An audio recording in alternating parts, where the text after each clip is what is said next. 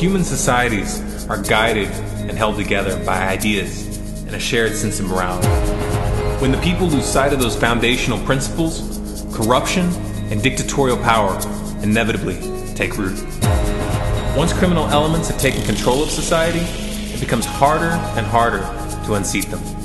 As this process of deterioration progresses, there comes a point of no return, where real change can no longer be achieved from within the existing system.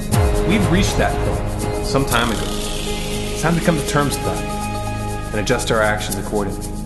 We face a situation right now where the electoral process has become little more than theater, and the political awareness of the population has been reduced to petty bickering over emotionally charged wedge issues. All the while, those running the show remove our freedoms one by one and draw us ever deeper into undeclared wars of aggression. The only way that we can change course is by organizing a unified front outside the existing system. Not as a political party, not as a left-wing or right-wing ideological faction, but as a people, unified not in protest of this broken and corrupt system, but rather under a set of principles that will lay the foundation to rebuild on.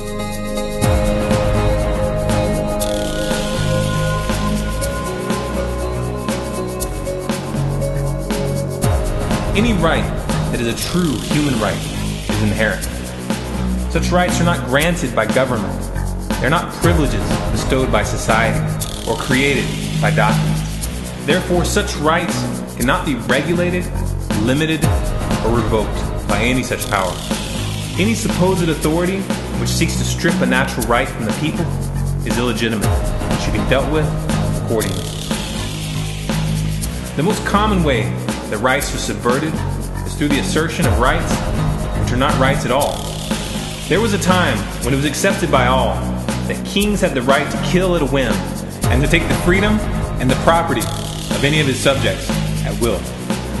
The divine right of kings is a false right. This is obvious to us now. However, each era is blind to its own darkness. Before we can even begin to understand the true nature of rights, we must first answer one question honestly and follow the implications of their logical conclusion.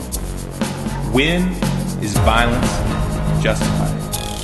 It's a simple question, and there's only one sane answer. The only morally acceptable context for violence is defense. That answer is often referred to as the non-aggression principle. It's a fancy name for an obvious and simple truth. But simple truths carry the most devastating implications when applied to the real world.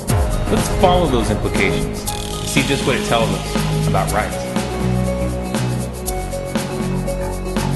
Each individual owns their own life. To claim the authority to control or terminate the life of another is inherently violent.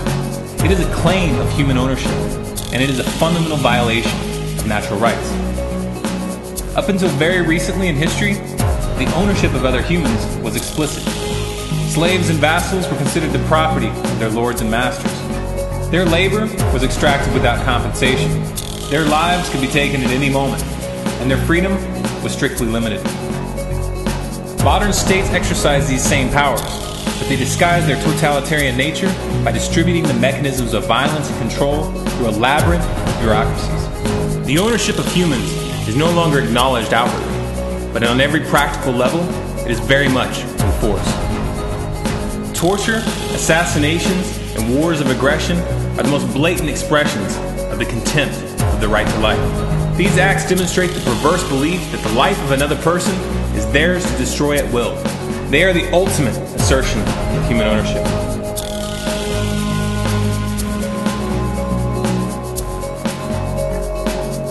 Since your life is your own, and you are free to live as you so choose, so long as your actions do not infringe upon the rights of others. The right to liberty encompasses, but is not limited to, the freedom of speech, the freedom of assembly, and the freedom of thought. The key to maintaining these freedoms is the understanding that true freedom means allowing others to make choices that we do not agree with. Since your life is your own, then your time and that which you produce with your time is also your own. To take the property of another by force, or the threat of force, or through fraud is theft. To claim the authority to seize the property of another is to claim ownership of their labor, their time, and their life. Such claims are inherently illegitimate, regardless of whether they are made by an individual dictator or the collective dictatorship of a democracy. The right to property has very little to do with economics, but it has everything to do with how force is used in a society. The movement of goods and services may or may not involve money at all, but those exchanges must be voluntary and transparent.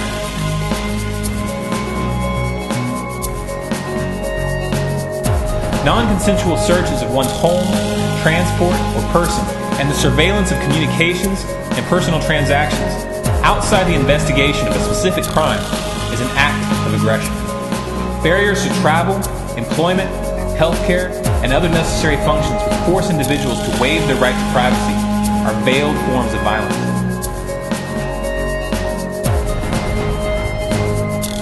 In all criminal prosecutions, the accused have the right to a speedy and public trial by an impartial jury of their peers.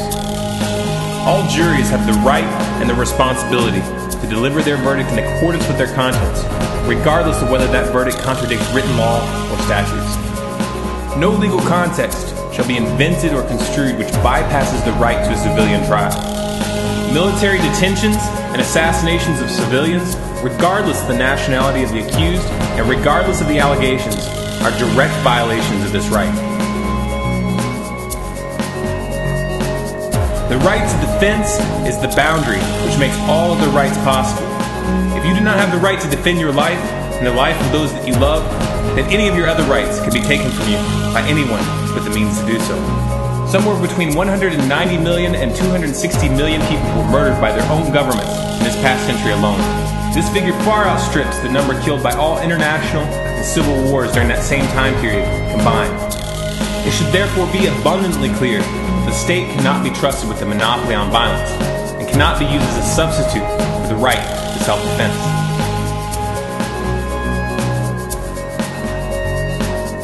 All people have the right to organize their communities as they so choose in a voluntary manner, and they have the right to dissolve any political system placed over them which relies on violence to enforce its directives.